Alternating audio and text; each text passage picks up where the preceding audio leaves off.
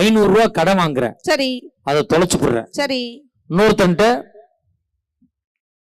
1000 கடன் வாங்குறேன், சரி அதுல 300 ஜாமான் வாங்குறேன். சரி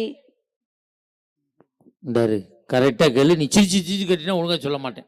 நான் ஃபர்ஸ்ட் கேட்டுறவா சார்? இல்ல நான் கேட்கிறேன். கேளுங்க. இப்போ ஒருத்தன்ட்ட பணக்கணக்கு தான், வேற ஒண்ணும் இல்ல. சரி. ஒருத்தன்ட்ட 1000 கடன் வாங்குறேன், சரி, அதை தொலைச்சு போடுறேன்.